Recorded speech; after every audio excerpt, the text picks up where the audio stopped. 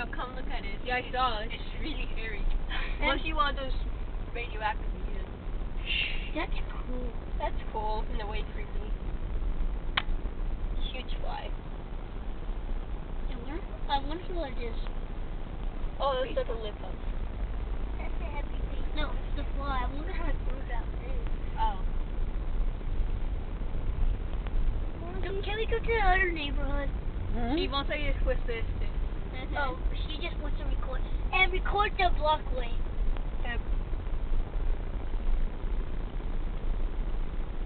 Ahí. Vamos a pasar venido en esa parte. ¡Qué barbaridad!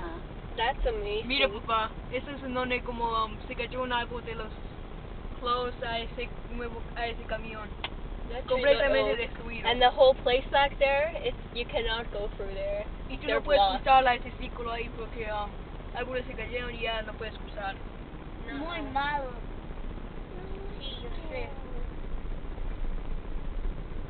La casa de la señora mexicana está bien, felizmente. Unas ramitas caídas, pero nada más. It's winter. Por ahí, en la derecha. Oh, mira, En la derecha es en horrible. esta casa se cayó un árbol al garage.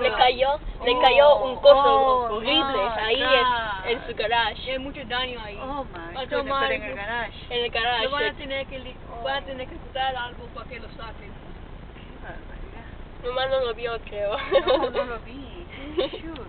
Le cayó ahí, bam. Mío, qué And bien. it stopped Oh. the door from closing. See? Uy. See Oh, well. the door? No, they opened it.